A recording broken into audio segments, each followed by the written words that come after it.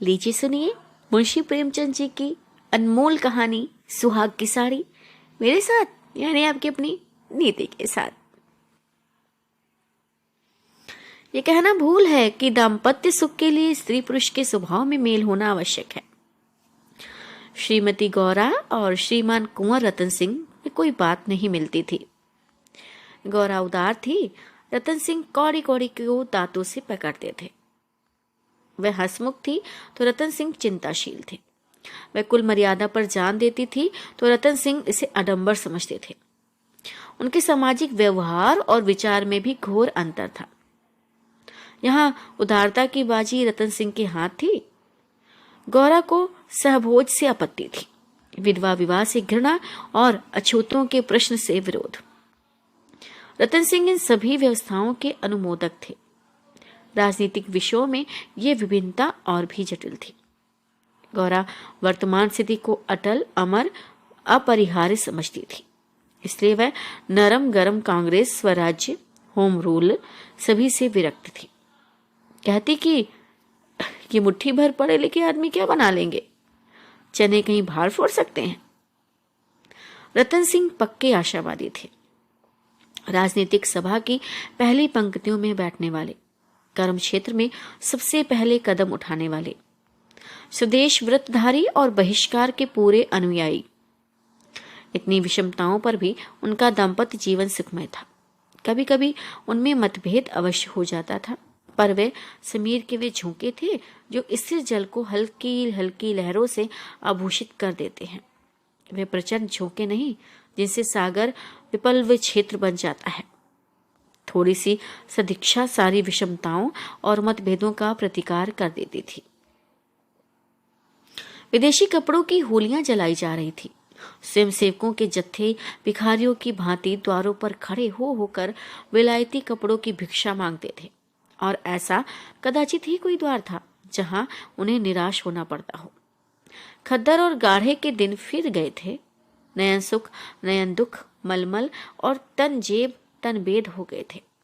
रतन सिंह ने आकर गौरा से कहा कि लाओ, अब सब विदेशी कपड़े संदूक से निकाल दो, दे दूं।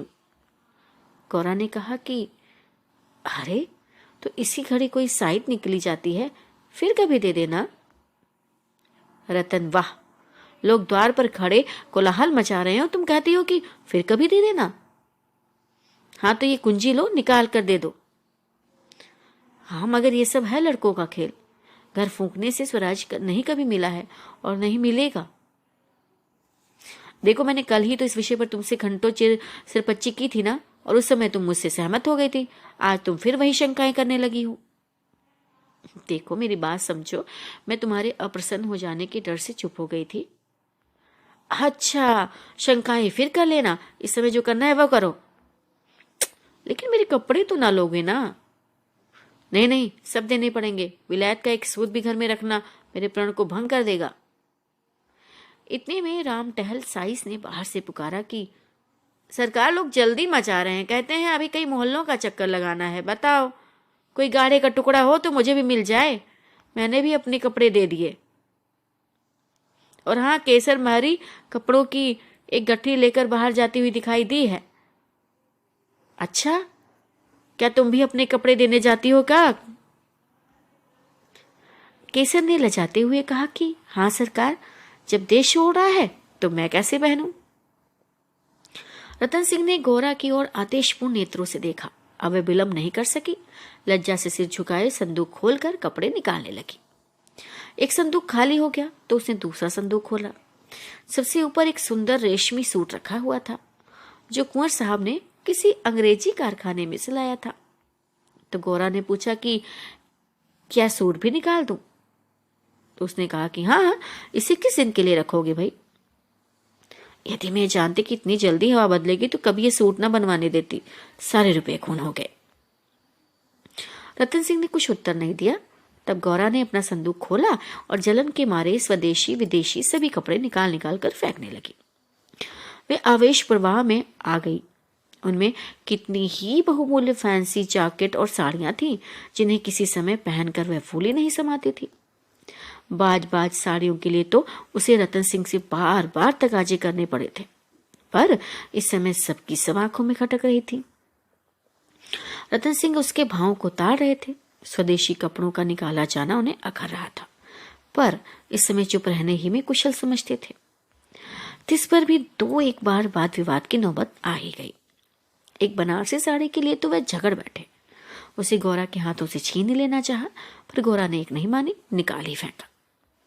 सिसा बंद संदूक में से एक केसरिया रंग की तंजेब की साड़ी निकल आई, जिस पर पक्के आंचल और पल्ले टके हुए थे। गौरा ने उसे जल्दी से लेकर अपनी गोद में छिपा लिया। तो रतन सिंह ने पूछा कि कैसी साड़ी है? कुछ नहीं, तंजेब की साड़ी है, आंचल पक्का है। हाँ तो तंजेब की है तो तब जरूरी ही विलायती होगी, उसे अलग क्यों रख लिया? क्या वह बनारसी साड़ी उसे अच्छी है? नहीं, अच्छी तो नहीं है, पर मैं इसे दूंगी नहीं। वाह, विलायती चीज को मैं ना रखने दूंगा, लाओ इधर।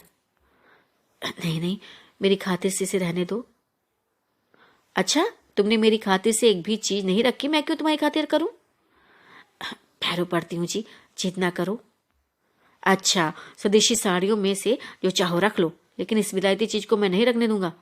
इसी कपड़े की बदौलत हम गुलाम बने हैं, ये गुलामी का दाग अब मैं नहीं रख सकता, लाओ इधर। नहीं नहीं, मैं इसे नहीं दूंगी, एक बार नहीं 1000 बार कहती हूँ कि नहीं दूंगी। हाँ तो ठीक है, मैं इसे लेकर छोड़ूंगा, इस गुलामी के पटके को, इस दास्तों के बंधन को किसी तरह नहीं रखूंगा। नाहक जिद करते हो जी। हाँ तो आखिर तुमको इससे क्यों इतना प्रेम है? तुम तो बाल की खाल निकालने लगते हो जी, इतने कपड़े थोड़े हैं, एक साड़ी रखी लो तो क्या। हाँ, तुमने अभी तक इन होलियों का आशय ही नहीं समझा ना। हाँ जी, खूब समझती हूँ, सब ढोंग है, 4 दिन में जोश ठंडा पड़ जाएगा। तो ठीक है, तुम केवल इतना बतला दो कि ये साड़ी तुम्हें क्यों इतनी प्यारी है, तो शायद मैं मान जाऊं। ये मेरी सुहाग की साड़ी है जी। तब तो मैं इसे कभी नहीं रखूंगा। मैं विदेशी वस्त्र को यह शुभ स्थान नहीं दे सकता, इस पवित्र संस्कार के यह पवित्र स्मृति चिन्ह घर में नहीं रख सकता। मैं इसे सबसे पहले होली की भेंट करूंगा। लोग कितने हतबुद्धि हो गए थे कि ऐसे शुभ कार्यों में भी विदेशी वस्तुओं का व्यवहार करने में संकोच नहीं करते थे। बताओ, मैं इसे अवश्य होली में दूंगा। कैसा अशुगुन मुंह से निकालते हो जी? हाँ, ऐसी सुहाग की साड़ी का घर में रखना ही अशुगुन है, अमंगल, अनिष्ट और अनर्थ है। हाँ तो ठीक है, यूं चाहे जबरदस्ती छीन ले जाओ, पर खुशी से नहीं दूंगी। ठीक है, तो फिर मैं जबरदस्ती ही करूंगा। क्या करूं भाई, मजबूरी है। ये कहकर वह लपक के गौरा के हाथों से साड़ी छीन लिया। गौरा ने उसे मजबूती से पकड़ लिया और रतन की ओर कातर नेत्रों से देखकर कहा, तुम्हें मेरे सिर की कसम है। केसर मेहरी बोले कि देखिए जी, बहू जी की इच्छा है तो रहने दीजिए ना। रतन सिंह के बढ़े हुए हाथ रुक गए, मुख मलिन हो गया। उदास होकर बोले कि मुझे अपना व्रत तोड़ना पड़ेगा, प्रतिज्ञा पत्र पर झूठे हस्ताक्षर करने पड़ेंगे। खैर, यही सही। शाम हो गई थी। द्वार पर स्वयं सेवक गण शोर मचा रहे थे। कुंवर साहब, जल्दी आइए, जल्दी आइए। श्रीमती जी से भी कह दीजिए हमारी प्रार्थना स्वीकार करें, बहुत देर हो रही है। उधर रतन सिंह असमंजस में पड़े हुए थे कि प्रतिज्ञा पत्र पर कैसे हस्ताक्षर करूं।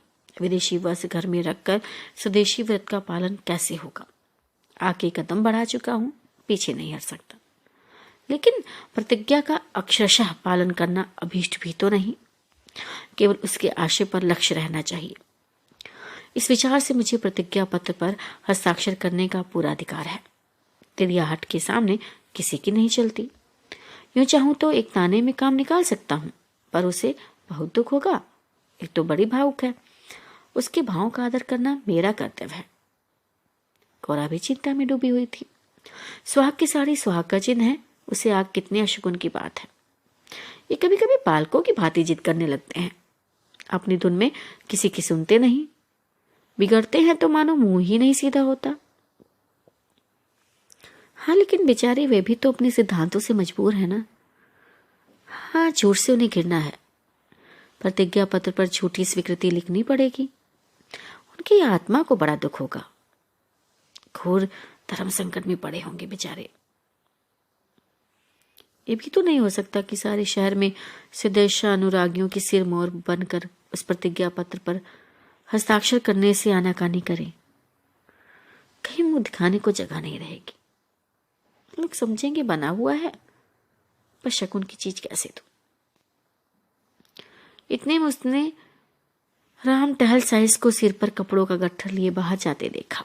केसर महरी भी एक गट्ठर सिर पर रखे हुए थी। पीछे पीछे रतन सिंह हाथ में प्रतिज्ञा पत्र लिए जा रहे थे।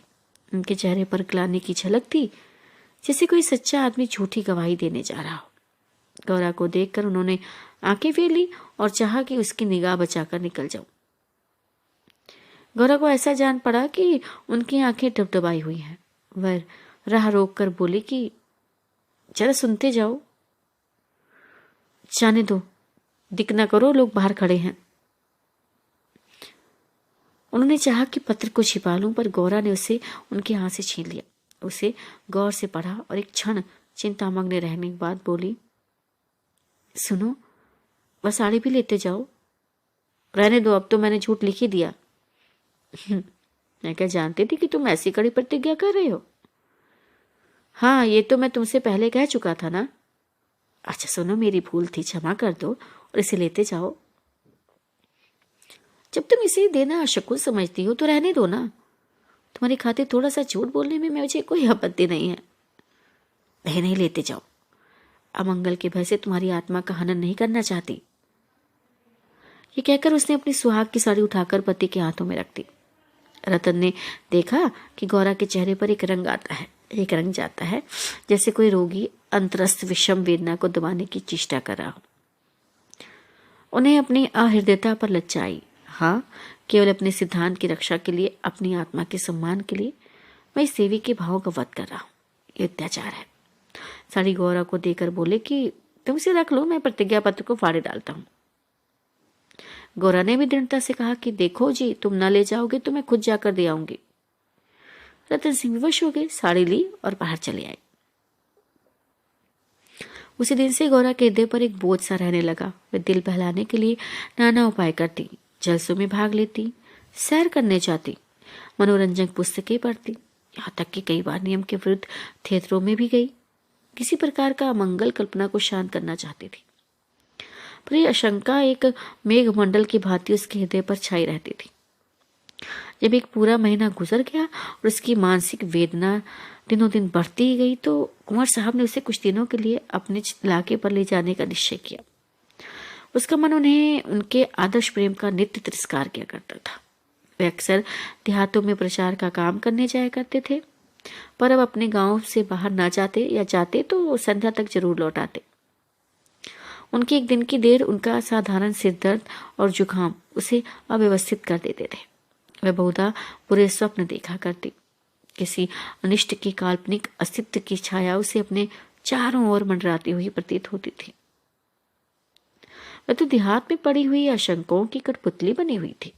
इधर उसकी सुहाग की साड़ी स्वदेश प्रेम की वेदी पर भस्म होकर रिद्धि प्रदायिनी भभूत बनी हुई थी। दूसरे महीने के अंत में रतन सिंह उसे लेकर लौट आए। गौरव को वापस आए 3-4 दिन हो चुके थे, पर असबाब के संभालने और नियत स्थान पर रखने में वह इतनी व्यस्त रही कि घर से बाहर नहीं निकल सकी थी। कारण यह था कि केसर महरी उसके जाने के दूसरे ही दिन घर छोड़कर चली गई थी और अभी उतनी चतुर दूसरी महिला मिली नहीं थी। कुंवर साहब का साइस राम टहल भी छोड़ गया था। बेचारे कोचवान को साइस का भी काम करना पड़ता था। संध्या का समय था तो गौरा बरामदे में बैठी आकाश की ओर एकटक होकर ताक रही थी। चिंताग्रस्त प्राणियों का एकमात्र ही अवलंब है। सहसा रतन सिंह ने आकर कहा कि चलो आज तुम्हें स्वदेशी बाजार की सैर करवा लाएं। ये मेरा ही प्रस्ताव था, पर 4 दिन यहाँ आए हो गए, उधर जाने का अवकाश ही नहीं मिला। हाँ देखो, मेरा तो जाने को जी नहीं चाहता, यहीं बैठकर कुछ बातें करो। नहीं नहीं, चलो देख आए, 1 घंटे में लौट आएंगे। अंत में गौरा राजी हो गई। इधर महीनों से बाहर नहीं निकली थी। आज उसे चारों तरफ एक विचित्र शोभा दिखाई दी। बाजार कभी इतनी रौनक बरता ही था। वह सदोशी बाजार में पहुंची तो जुलाहों और कोरियों को अपनी अपनी दुकानें सजाए बैठे देखा। सहसा एक वृद्ध कोरी ने आकर रतन सिंह को सलाम किया। रतन सिंह चौंक कर बोले कि राम टहल, तुम अब कहाँ हो? राम टहल का चेहरा श्री संपन्न था। उसके अंग अंग से आत्मसम्मान की आभा झलक रही थी। आंखों में गौरव ज्योति थी। रतन सिंह को कभी अनुमान नहीं हुआ था कि अस्तबल साफ करने वाला बुढ़ा राम टहल इतना सौम्य, इतना भद्र पुरुष है। बोला कि सरकार, अब तो अपना कारोबार करता हूँ। जब से आपकी गुलामी छोड़ी तब से अपने काम में लग गया। आप लोगों की निगाह हम गरीबों पर हो गई और हमारा भी गुजर हो रहा है। नहीं तो आप जानते ही हैं कि किस हालत में पड़ा हुआ था। जात का कोरी हूं, पर पापी पेट के लिए चमार बन गया था। अच्छा भाई, तो अब मुंह मीठा कराओ। ये बाजार लगाने की मेरी ही सलाह थी, बिक्री तो अच्छी होती है ना। हाँ सरकार, आजकल खूब बिक्री हो रही है, माल हाथों हाथ उड़ जाता है। यहाँ बैठते हुए 1 महीना हो गया है, पर आपकी कृपा से लोगों के 4 पैसे थे, वे बेबाक हो गए हैं। और भगवान की दया से रूखा सूखा भोजन भी दोनों समय मिल जाता है। और क्या चाहिए। मलकिन की सुहाग की साड़ी का होली में आना कहिए और बाजार का चमकना कहिए। वही लोगों ने कहा कि जब इतने बड़े आदमी होकर ऐसे शकुन की चीज की परवाह नहीं करते तो फिर हम विदेशी कपड़े क्यों रखें। और भाई, जिस दिन होली जली है उसके 2-3 दिन पहले ही सरकार इलाके पर चले गए थे, तो उसके पहले भी सरकार कई दिनों तक घर से बहुत कम निकलते थे। मैं तो यही कहूंगा कि यह सारी माया उसी सुहाग की साड़ी की है। इतने में एक अधेड़ स्त्री गौरा के सामने आकर बोली, बहू जी, मुझे भूल तो नहीं गई। गौरा ने सिर उठाया तो सामने केसर मेहरी खड़ी थी। वह सुंदर साड़ी पहने हुए थी, हाथ पांव में मामूली गहने भी थे, चेहरा खिला हुआ था। स्वाधीन जीवन का गौरव एक एक भाव से प्रस्फुटित हो रहा था। गौरा ने कहा कि इतनी जल्दी भूल जाऊंगी? कहाँ हो अब? हमें लौटने भी न दिया, बीच में ही उड़ भागी। अरे अरे, क्या करूं सरकार, अपना काम चलते देखकर सब्र नहीं हो सका, और जब तक रोजगार नहीं चलता था तब तक लाचारी थी। पेट के लिए सेवा टहल, कर्म कुकर्म सभी करना पड़ता था। अब आप लोगों की दया से हमारे भी दिन लौटे हैं। अब दूसरा काम नहीं किया जाता। अगर बाजार का यही रंग रहा तो अपनी कमाई खाए नहीं चुकेगी। ये सब आपकी साड़ी की महिमा है। उसकी बदौलत हम गरीबों के कितने ही घर बस गए। 1 महीना पहले इन दुकान वालों में से किसी को रोटियों का ठिकाना नहीं था। कोई साइसी करता था तो कोई तासे बजाता था। यहाँ तक कि कई आदमी मेहतर का काम करते थे, कितने ही भीख मांगते थे। अब सब अपने धंधे में लग गए हैं। सरकार, सच पूछो तो तुम्हारी सुहाग की साड़ी में हमें सुहागिन बना दिया। नहीं तो मैं सुहागिन होते हुए भी विधवाएं थी। सच कहती हूँ, सैकड़ों जबानों से नित्य यही दुआ निकलती है कि आपका सुहाग अमर हो, जिसने हमारी राण जात को सुहाग दान दिया। रतन सिंह एक दुकान पर बैठकर कुछ कपड़े देखने लगे। गौरा का भाव हृदय आनंद से पुलकित हो रहा था। उसकी सारी अमंगल कल्पनाएं स्वप्नवत विच्छिन्न होती जाती थी। आंखें सजल हो गई थी और सुहाग की देवी अश्रु संचित नेत्रों के सामने खड़ी आंचल फैलाकर उसे आशीर्वाद दे रही थी। उसने रतन सिंह को भक्तिपूर्ण आंखों से देखकर कहा, मेरे लिए भी एक साड़ी ले लो। वही जब गौरा यहाँ से चली तो सड़क की बिजलियां जो थी जल चुकी थी। सड़कों पर खूब प्रकाश था। उसका हृदय भी आनंद के प्रकाश से जगमगा रहा था। रतन सिंह ने पूछा कि सीधे घर चलो? नहीं, छावनी की तरफ होते चलो। हाँ, बाजार खूब सजा हुआ था ना। हाँ, ये जमीन लेकर एक स्थायी बाजार बनवा दो। स्वदेशी कपड़ों की दुकानें हों और किसी से किराया न लिया जाए। क्या बात करती हो, बहुत खर्च पड़ेगा। तो क्या हुआ, मकान बेच दो, रुपए ही रुपए हो जाएंगे। और रहें पेड़ तले? नहीं, गांव वाले मकान में। सोचूंगा। अच्छा, इलाके भर में खूब कपास की खेती कराओ। जो कपास बोए उसकी बेगार माफ कर दो। हाँ, तदबीर अच्छी है, दूनी उपज हो जाएगी। और हाँ, लकड़ी बिना दाम दो तो कैसा हो, जो चाहे चरखे बनवाने के लिए काट ले जाए। लूट मच जाएगी। हाँ, तो वही तो, ऐसे बेईमानी कोई नहीं करेगा ना। और जब उसने गाड़ी से उतरकर घर में कदम रखा तो चित्त शुभ कल्पनाओं से प्रफुल्लित हो रहा था, मानो कोई बछड़ा खूंटे से छूटकर किलोले कर रहा हो। समाप्त।